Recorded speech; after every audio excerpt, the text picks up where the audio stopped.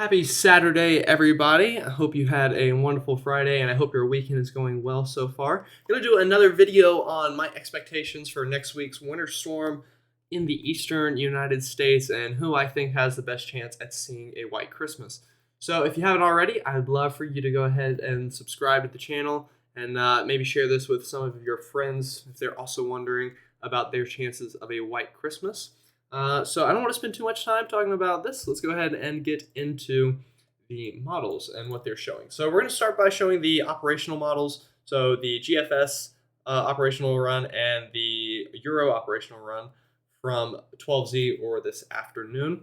We're going to actually start with the Euro here and kind of look at what it's showing. So models have really changed up from what they were showing just 48 hours ago. And I'll talk about that a little bit and why I wouldn't buy too much into the current trend of such a far west storm. But we'll talk about that after we show the operational runs here and we get to the ensembles. So this is the Euro. Again, still really showing what we talked about yesterday up to 60, 70 hours out. The way that this pattern is going to start is you're going to get low pressure to form down here along the Gulf. This is going to ride just off the southeast coast. And what I wouldn't be too surprised to see with this is maybe a couple of flakes fly as far north as, northern Georgia, parts of upstate South Carolina, mainly the mountains of upstate South Carolina, Caesar's Head, Table Rock, so on and so forth, and into western North Carolina. If we can get enough of this precipitation to get that far north. A lot of the times these, sneaky little setups overperform in terms of how much precipitation there is and how far north it gets. So, if you get it far north enough, you could see snow, stick as far south as western North Carolina here with this little system. It won't be anything crazy, but we'll keep an eye on it. But that is not the big system. What is the big system is right here with the Euro. So we're looking at next Thursday. This is next Thursday morning. You have an absolutely just insane cold front pushing southward and southeastward here into the plains from Canada. And you have really super tight isobars here. So this is, quite a strong storm system moving through, and a lot of energy with this cold front. What the Euro does here is it forms low pressure right here over Missouri near St. Louis. And what it's going to do with this is begin to move this low pressure up towards the Great Lakes.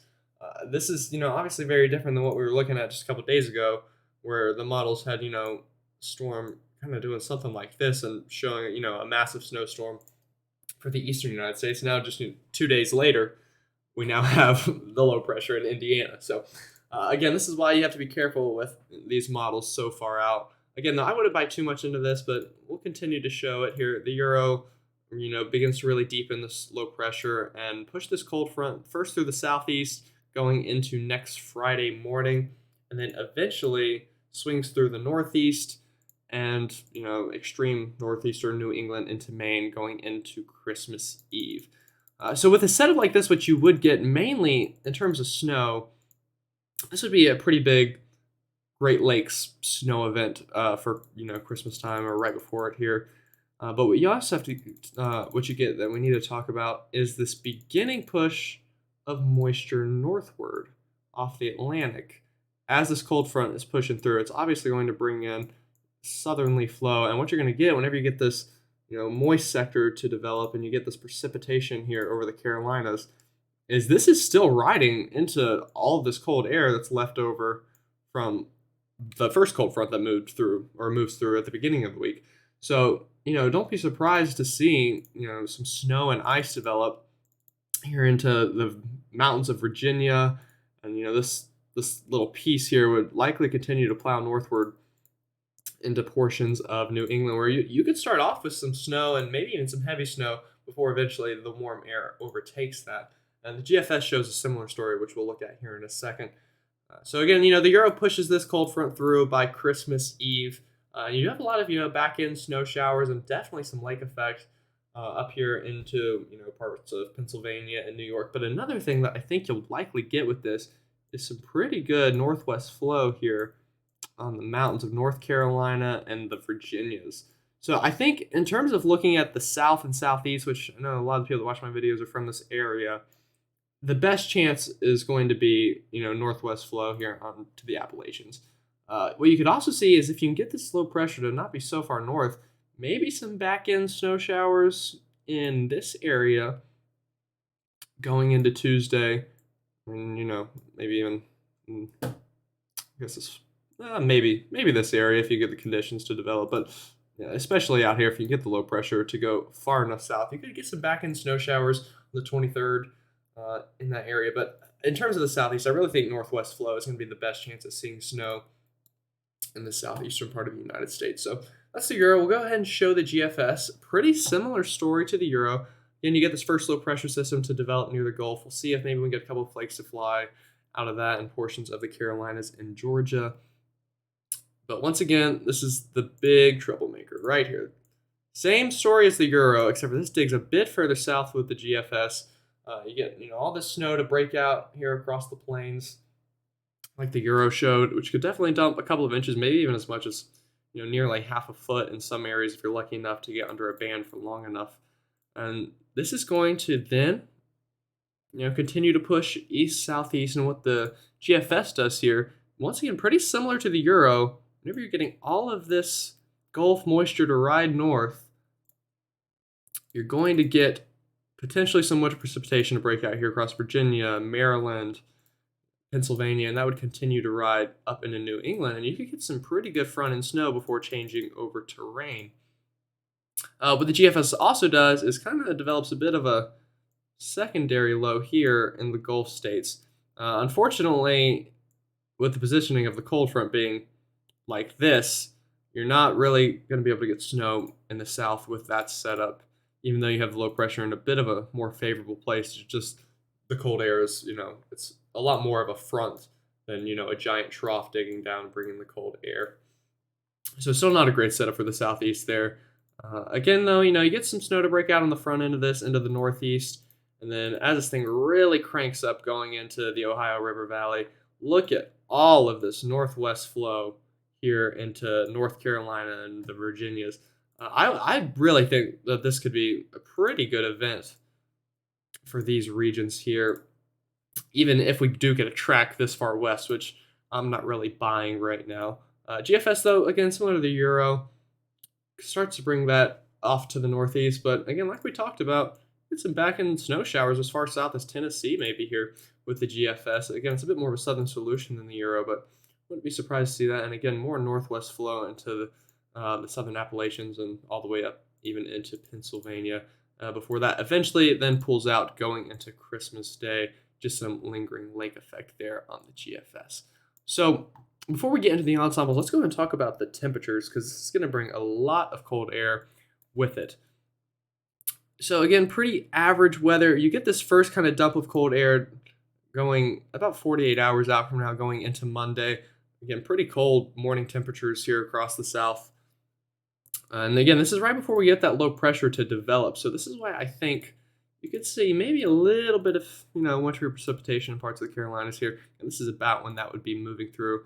I mean, it's pretty cold. You're here in the 30s, parts of northern Georgia and western North Carolina, even areas below freezing. So if you can get precipitation fall, it'll definitely likely be snow or maybe a bit of a wintering mix. So again, here, we've talked about this for a while. I'm sure you've seen plenty of posts.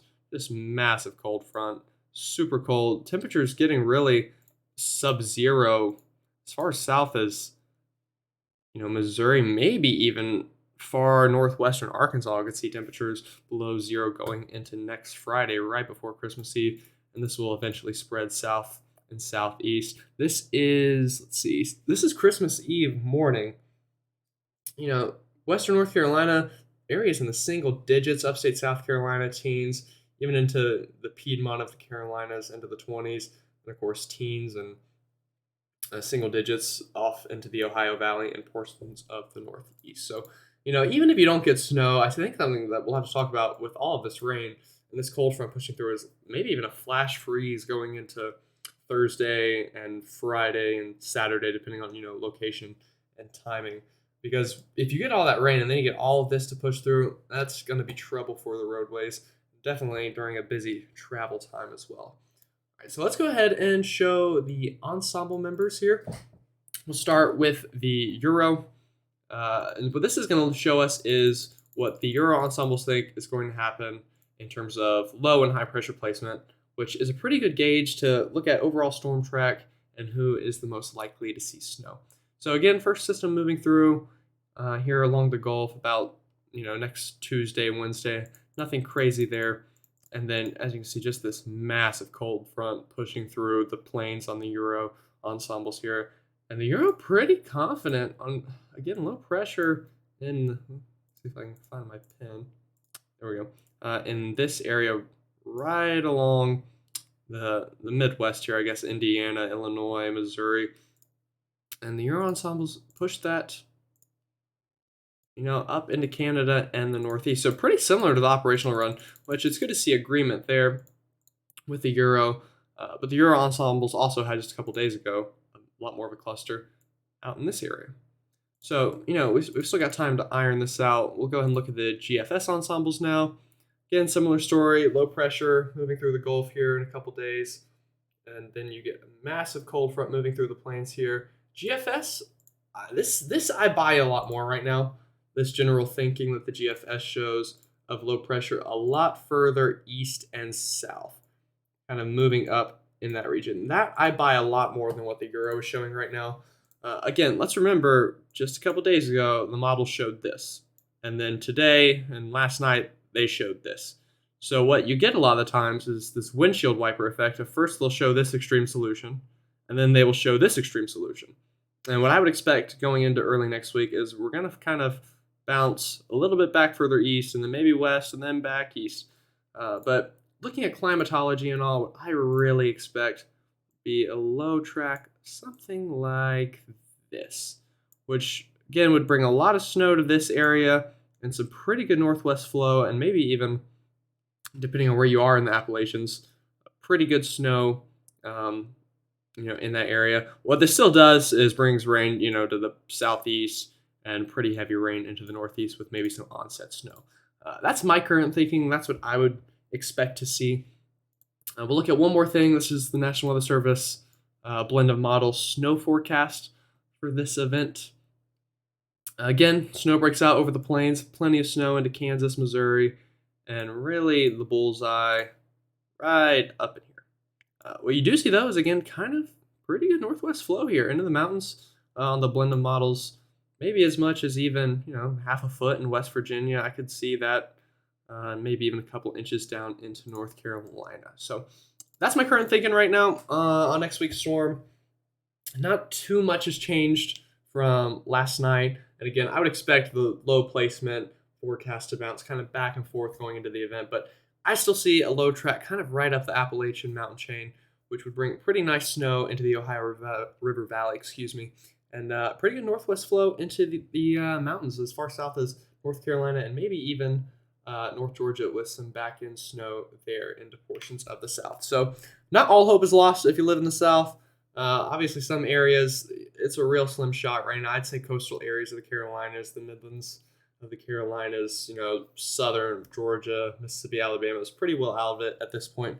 But other areas still have a bit of a fighting chance. So if you want to see updates, other than this one, I post a lot of updates on my Twitter page. You can go ahead and follow me there. I will link that in the description of this video. It's also all over my YouTube channel, so you can find it there. But that's all I've got for you today. I hope everyone has a safe and wonderful rest of their Saturday and weekend.